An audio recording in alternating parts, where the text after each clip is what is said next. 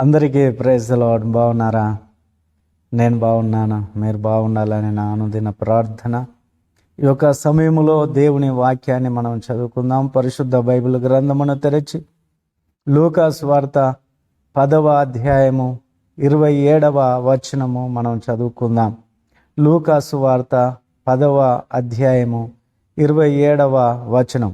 అతడు నీ దేవుడైన ప్రభువును నీ పూర్ణ హృదయముతోనూ నీ పూర్ణ మనస్సుతోనూ నీ పూర్ణ శక్తితోనూ నీ పూర్ణ వివేకముతోనూ ప్రేమింపవలననియు నిన్ను వలె నీ పొరుగువాన్ని ప్రేమింపవలననియు వ్రాయబడి ఉన్నదని చెప్పాను.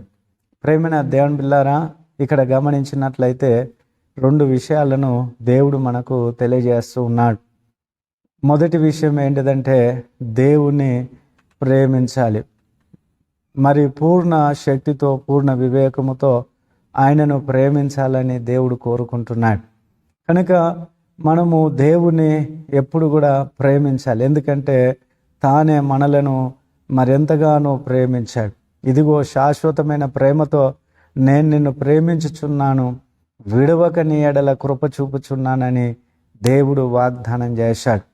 యేసుక్రీస్తు ప్రభులవారు ఈ లోకానికి వచ్చి ఆయన మన పాపముల కొరకు కల్వరి శిలువ మీద మరణించి రక్తం గార్చి ప్రాణం పెట్టుట్లో ఆయన నిజమైన ప్రేమ మనకు కనబడతా ఉన్నది. ప్రియులారా, దేవునితో ఉండకూడని భాగ్యం ఆయన ఎంచుకునలేదు, కానీ ఆయన మానవ రూపములో దాసుని స్వరూపమును ధరించి ఆయన మనలందరి కొరకై తను తానే రిక్తునిగా చేసుకున్నాడని దేవుని వాక్యం సెలవిస్తుంది. అందుకే ఆయన చూసినట్లయితే మరింతగా మనల్ని ప్రేమించాడు. మనం తలంపులతో చేసిన పాపముల కొరకై ఆయన తల మీద ముళ్ళ కిరీటం పెట్టబడింది.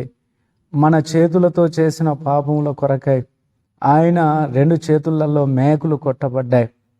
మరి ఉరుకురికి మనం చేసిన పాదములతో చేసిన పాపముల కొరకై ఆయన పాదాల్లో మేకులు కొట్టబడ్డాయి. మన యొక్క మరి ప్రియులరా, ప్రతి పాపము ఆయనకు శిక్షగా మారింది. ఆయన ఏదో తప్పిదం చేసి శిలువ మరణం ఎక్కలేదు, కానీ మానవ జాతి యొక్క పాపము నిమిత్తమై ఆయన మరణించాడు. మనము చనిపోయే స్థితిలో ఆయన చనిపోయాడు. అందులో ప్రేమ మనకు కనబడుతుంది.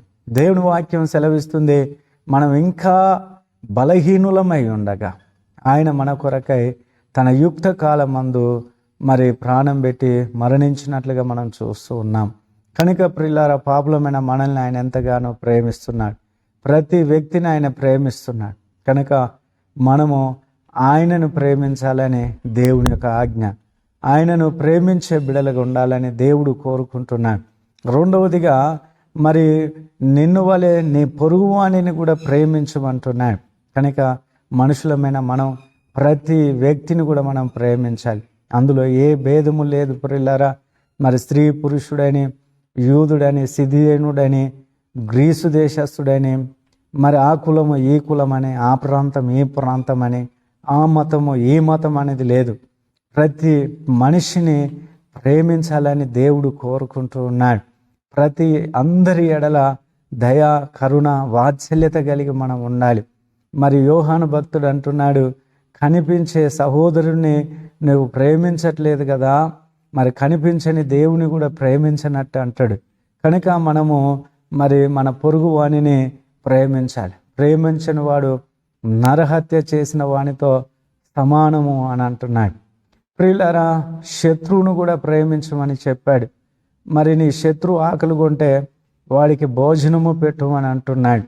యేసయ్య సాక్షాత్ కల్వరి శిలువలో తన మాదిరి చూపెట్టాడు. తన ముఖం మీద ఉమ్మి వేసిన వారిని, తన వీపు మీద పిడిగుద్దులు గుద్దిన వారిని, ఆయన యొక్క గడ్డమును పెరికి వేసిన వారిని, ఆయనను అవమానపరిచి యూదుల రాజా నీవు సిలువను దిగి కిందికి రా అని అన్న వారిని, నిన్ను నువ్వు రక్షించుకో, మమ్మల్ని కూడా రక్షించమని హేళన చేసిన దొంగలను అందరినీ కూడా ఆయన క్షమించాడు. తండ్రి, వీరేమి చేయుచున్నారో వీరెరగరు గనక వీరిని క్షమించం. కనుక ప్రియులారా, మనం క్షమాపణ హృదయం కలిగి ఉండాలి. శత్రువులుగా ఎవరిని మనం భావించద్దు. అందరి ఎడల దయ, కరుణ, వాత్సల్యత కలిగి ఉండాలి. మన పనిచేసే కాడ బాస్ కావచ్చు, తోటి కోలీగ్స్ కావచ్చు, ఇంట్లో మన అత్త ఆడపడుచు కావచ్చు, లేకపోతే మన రక్త సంబంధికులు కావచ్చు, అన్న తమ్ముడు వదిన మరదలు కావచ్చు. ప్రియులారా, అలాగే బయటికి వెళ్ళినప్పుడు మరి ఆపదలో ఉన్న ప్రతి వ్యక్తి, బాధలో ఉన్న ప్రతి వ్యక్తి మనకు సహోదరుడే. వాళ్ళందరినీ కూడా మనం ప్రేమించాలి. మంచి సమరయుని కథ విన్నారు కదా. ఆ వ్యక్తి దొంగల చేత కొట్టబడి పారవేయబడినప్పుడు మంచి సమరుడైన యేసుక్రీస్తు ప్రభుల వారు ఆయనను దర్శించి గాయములను గట్టి స్వస్థపరిచి గాడిద మీద ఎక్కించుకొని పూటకుల వాని ఇంట్లో పెట్టి తన ప్రేమను వెల్లడిపరిచాడు. కనుక మనం కూడా అటువంటి ప్రేమ స్వభావం కలిగి ఉందాం. దేవుడిటి మాటలు మన వెనుకలు ఆశీర్వదించును గాక. ప్రార్థన చేసుకుందాం. మహోన్నతుడైన దేవ, ఇదిగో నాయన ప్రేమ కలిగి ఉండాలని మొదటిగా మిమ్మల్ని ప్రేమించాలి, రెండవదిగా కనిపించే సహోదరుని ప్రేమించాలని మీరు చెప్పిన మాటలను బట్టి వందనాలు. ఇక్కడ నాయన ఈ మాటలు వింటున్న నా ప్రియ సహోదరి సహోదరులను అందరినీ పేరు పేరున దీవించి ఉన్నతమైన ఆశీర్వాదాలతో నింపి నడిపించమని యేసు నామములో ప్రార్థిస్తున్నాము తండ్రి. ఆమేన్. Praise the lord. అందరికీ వందనాలు.